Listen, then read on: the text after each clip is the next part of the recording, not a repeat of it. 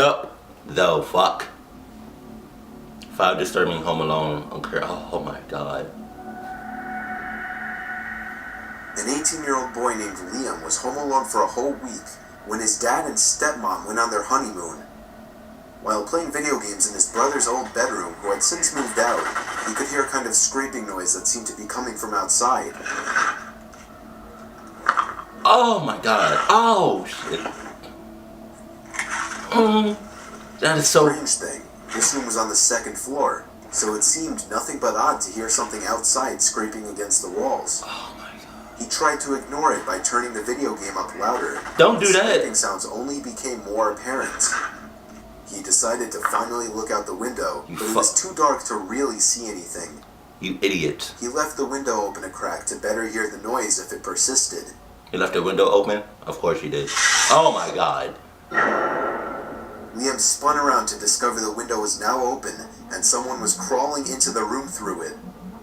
He was able to push the intruder back out the window before he could fully make it into the room, who then fell 2 stories down into the bushes below. Oh my god. He apparently wasn't too injured, as he was gone within minutes. He hasn't seen Home Alone. Any During a of rainy them. night in Central Islip on Long Island, a teenager named Ian was home alone, so he invited his friend Carl over. His friend texted that he would be over in 2 minutes. Ian prepared the video games he planned on playing with Carl and heard the gate to the backyard close. Confused as to why Carl went out back, Ian went out to the backyard. His shed door was open with the light on. As he called out Carl's name walking to the shed, the light inside the shed turned off. Simultaneously, Ian received a text from Carl saying, "I'm here." Ian responded, "Are you in the shed?" He responded back, "I'm at the front door." Oh, fuck no. Fuck no. No, no. As Ian looked up, the door to the shed pulled shut with force. Ian ran back into his house and let Carl in. When the police responded to Ian's call, they checked the shed, found the door was back open, and that nobody was inside. It's just what they thought. See, all that yelling shit, that's for the movies. Why the fuck would you yell somebody else's? Oh my god. 45-year-old Chris was supposed to be working late for the night, so his family went out to eat dinner without him. However, he was unexpectedly able to come home early. As a result, he had the house to himself for a few hours. He went down to his man cave in the basement to watch TV.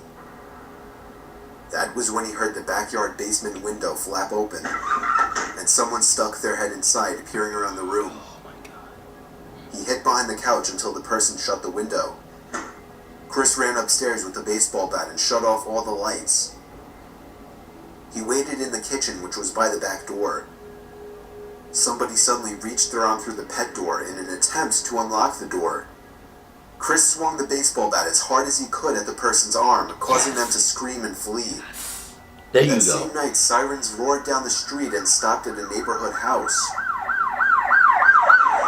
It turned out one of Chris's neighbors 3 doors down had been murdered, and when his wife came home, she found the house was ransacked with missing valuables everywhere. And then she found her husband, dead on the kitchen floor with a stab wound in the back of his head. Oh! My condolences. I don't fuck with. Oh my goodness. A young girl named Anne was home alone one snowy Friday night. Right. Her parents were out to dinner, and her sister was out with friends. Of course she was. She was taking a nap on her bed. Okay. Nope. She awoke to the thump. She was sure it came from her closet door, so she got up and bravely opened it. Brave my ass. There didn't seem to be anyone inside, so she closed the closet and spun around. There she saw the head under the bed, the head of a man looking at her with an expressionless stare. She fell to the floor screaming. That's when the closet doors behind her opened, and someone grabbed her and pulled her in. I'm sorry. When she turned around and noticed the head, I swear, I did not notice the head until he said something. That shit, oh!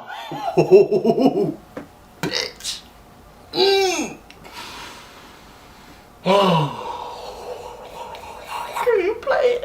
playing, bitch. The man from under the bed emerged and approached her as she was being held down. The two of them carried her downstairs where they put tape over her mouth and tied her arms together. One checked to make sure the coast was clear before carrying her outside, where they planned to put her in their car's trunk. However, about halfway to their car, a large group of teenagers came riding down on their bikes and witnessed it all. Oh, thank God. Some of them were screaming for help, while some of them got off their bikes and started to slowly approach the two men. They knew they wouldn't get away with it now, so they dropped in, jumped into their car, and sped away. She was completely awake and conscious throughout all of this. Wow. It's unknown why they didn't just tie her up while she was sleeping. The most realistic possibility is that they simply wanted to scare the girl. This may seem like a crazy, rare occurrence, and you may even call it fake. However, things like this happen all the time, and are shown commonly on the news. Perhaps they're just the stories we forget about. Oh my God, number one. Fuck everything. 22-year-old Garber still lived with his parents. He was the youngest of 3, so his 2 siblings had already moved out, and his parents were out 3 to 4 nights a week. Damn, really? This one particular stormy night, he was home alone in his room when he could swear he heard something hit his window. It wasn't insanely weird, as the weather was pretty bad and something may have just blown into his window. Makes sense. I can see how you However, thought that. a second thud at the window sent his heart racing. He lifted his blind and could see somebody standing out there. Even through the damp windows and the pouring rain, he knew he did not recognize that person. And close the fucking He windows. shut the blinds to send the message to go away. However, he wasn't even able to move away from the windowsill before something else was thrown at the window. Garber opened the blind, and this time even the window, and shouted, "What do you want?" He's stupid. The man down below called back, "Come outside, I want to show you something." Oh, you Garber pedophile. went downstairs to call the police. They asked him if he was sure that he didn't know the person and if they had caused any damage. The 911 operator asked Garber to call back if the person continued to harass him or showed signs of wanting to break in. Garber hung up the phone. He wanted to see a better view from down in the kitchen, so he opened the kitchen blinds. Oh! Garber called the police right back and informed them that the man was standing at his kitchen window and to send somebody right away.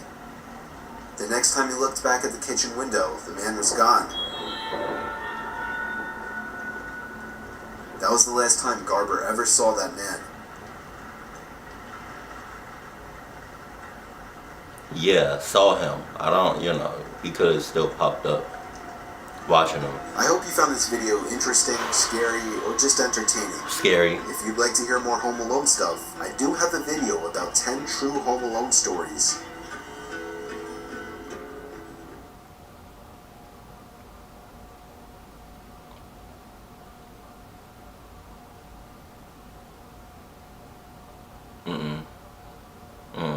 See, they all of them were playing way too much.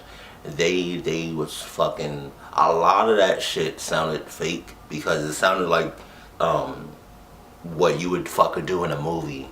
Like when you come out in reality, why the fuck would you why the hell would you yell somebody up? Why the hell, like, a lot of them were being really fucking stupid, and I'm sorry for calling them stupid, but a lot of that shit you would see on a fucking movie. I'm pretty sure if I'm home alone, right, and I hear the fucking back door open, or if I hear the garage door open, I'm not gonna go out and be like, "Hey, Charles, you there?" Fuck no. No. If I'm not expecting nobody, I'm just gonna leave it at that. I'm gonna call the police without letting the intruder know. No. Fuck no. You got me fucked up. Nope. No. And I'm scared of the dark, so I can't, I'm not scared of the dark now, but like in my younger days I was. Home Alone. Clearly none of these kids or people, because the last one wasn't a kid, none of these people in this video, what the fuck was that? That was a floating piece of hair. That scared the fuck out of me. Clearly none of these people seen Home Alone.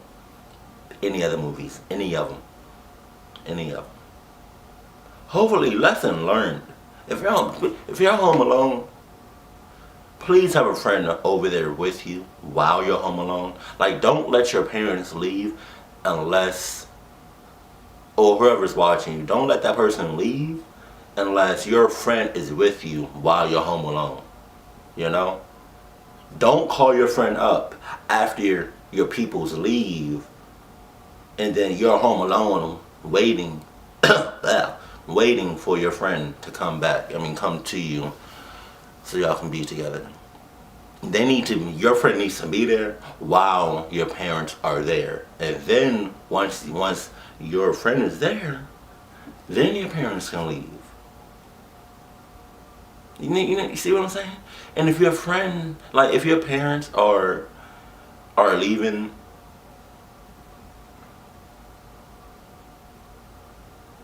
you can easily ask them, hey, I don't feel comfortable by myself. I'm a 5-year-old. Why the fuck are you leaving me at home alone? Are you serious? No, I'm coming with you. I'm coming with you, and there's no ifs, ands, buts about it. I'm coming with you regardless of what you say. No, there was a bitch under my fucking bed to almost tie me up. Fuck no, I'm coming with you no matter what you say. I don't give a fuck what you're saying. Mom, Dad, I'm coming with you every time you leave this fucking house. Point blank period. There was a bitch underneath my fucking bed. You're tripping. And really though, like one of these stories, the mom and dad were gone for like 3 to 4 days a week. What the fuck are they doing? What the fuck? Really? God damn. Oh, fuck. Nope, you got me fucked up. Keep it cool, keep it classy, and I love you. Stay happy. My family.